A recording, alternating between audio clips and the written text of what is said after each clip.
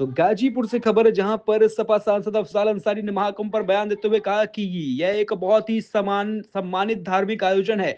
अफजाल ने कहा कि कुंभ महाकुंभ में दुनिया के कोने कोने से लोग स्नान करने आएंगे। महाकुंभ में बड़े बड़े संत, महात्मा, महंत और ऋषि मुनि आए हुए हैं। अफजाल ने कहा कि इससे पहले जो सरकारें रही हैं वो भी व्यवस्था करती रही हैं। महाकुंभ पर कोई टिप्पणी मुनासिब नहीं है। सांसद अफजाल अंसारी ने कहा कि सवाल यह उठ रहा है कि महाकुंभ के बजट का इस्तेमाल हो रहा है कि लूट हो रही है। उन्होंने कहा कि चर्चा है कि महाकुंभ का बजट बढ़ाकर ठेकेदारों की कमाई का साधन बना दिया गया है। इस मामलों में संतों, महात्माओं ने भी असंतोष जताया है और यह मामला सुप्रीम कोर्ट तक पहुंच गया है। अफजाल ने कहा कि इस मामले में देश का कोई भी नागरिक सवाल कर सकता है, लेकिन महाकुंभ पर कोई टीका टिप्पणी करना मुनासिब नहीं है। यह धर्म और आस्था का प्रश्न है। अफजाल अंसारी ने सीएम योगी आदित्यनाथ के मुस्लिम लीग पर दिए गए बयान पर बोलते हुए कहा कि देश न मुस्लिम लीग की मानसिकता से चलेगा, ना ही योगी जी की दादागिरी से चलेगा।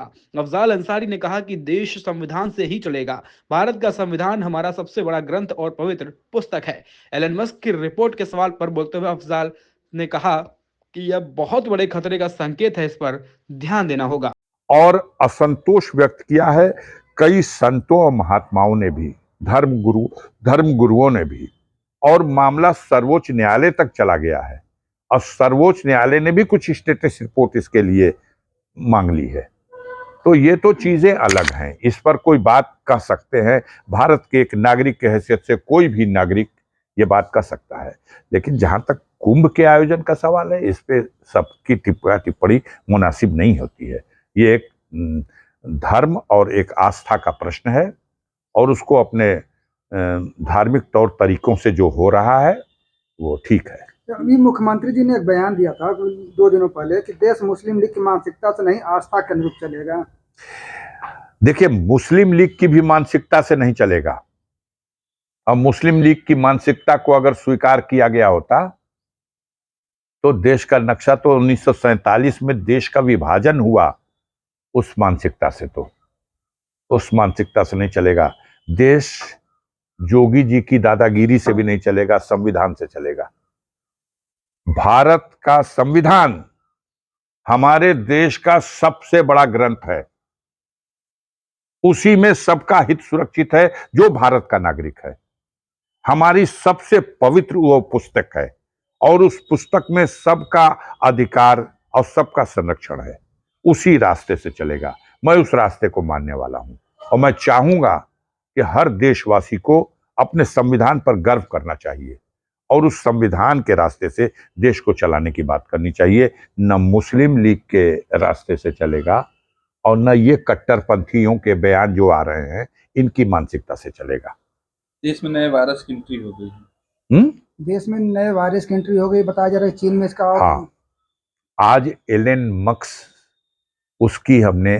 मस्क की एक रिपोर्ट देखी जिसमें चिंता व्यक्त की गई है और मुझे अजीब लगा, बहुत चिंतित हूं मैं।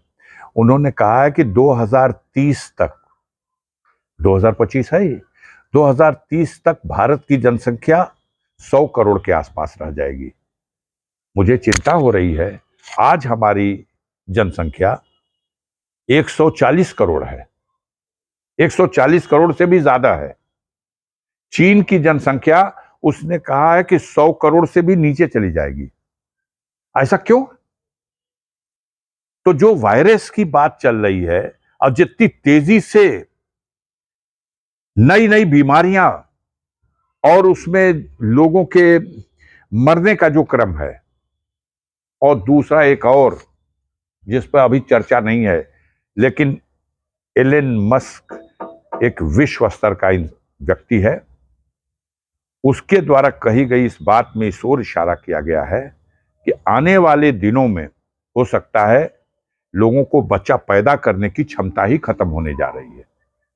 हम ये तो सोच सकते थे कि 140 करोड़ अगले 5 साल में वृद्धि के दर पर विश्व में जैसे हम टॉप हो गए हैं जनसंख्या में और बढ़ जाएंगे, लेकिन ये कहां हो सकता है कि 100 करोड़ के आसपास हो जाएंगे। हम नीचे आ जाएंगे 40 करोड़ हमारी जनसंख्या। ये बहुत बड़े खतरे का संकेत है, इस ओर ध्यान देना चाहिए। हमारे देश के इन महारथियों को जो देश की जनता को बेवकूफ बना रहे हैं, आज हमें शर्म आ रही है आपको यह बताते हुए कि भारत के पासपोर्ट की वैल्यू दुनिया में 50वीं रैंक पे आ गई। 85वीं, 85, 85, 85, 85 हमारी रैंक है भारत के पासपोर्ट की। यह शर्म की बात है। 11 साल से मोदी जी सत्ता में हैं और 11 साल में 11 रैंक हम गिरे हैं। 2014 में भारत के पासपोर्ट की वैल्यू 74 पर थी और आज 85 पे है। उसी तरीके से 2014 में हमारी मुद्रा की वैल्यू वो 64 पर थी। भारत की मुद्रा डॉलर के मुकाबले 64 रुपए का एक डॉलर था और आज 85 रुपए का एक डॉलर, 85 से भी अधिक हो गया, दशमलव कुछ। तो एक तरफ हम विश्व गुरु होने की बात कर रहे हैं, अपना डंका बजाने की बात कर रहे हैं, और एक तरफ तो लग रहा है कि मेरी भद पिट गई, इससे बुरी स्थिति में तो ये भारत कभी था ही नहीं। हम जमीन में धंस चुके हैं। लेकिन झूठ बोल करके और जनता को गुमराह करके हम देश में नफरत का माहौल बना करके और अपना सत्ता का सुख भोग रहे हैं। अपने चहेतों को देश की संपदा लुटा रहे हैं। देश कर्ज के बोझ से दबा जा रहा है।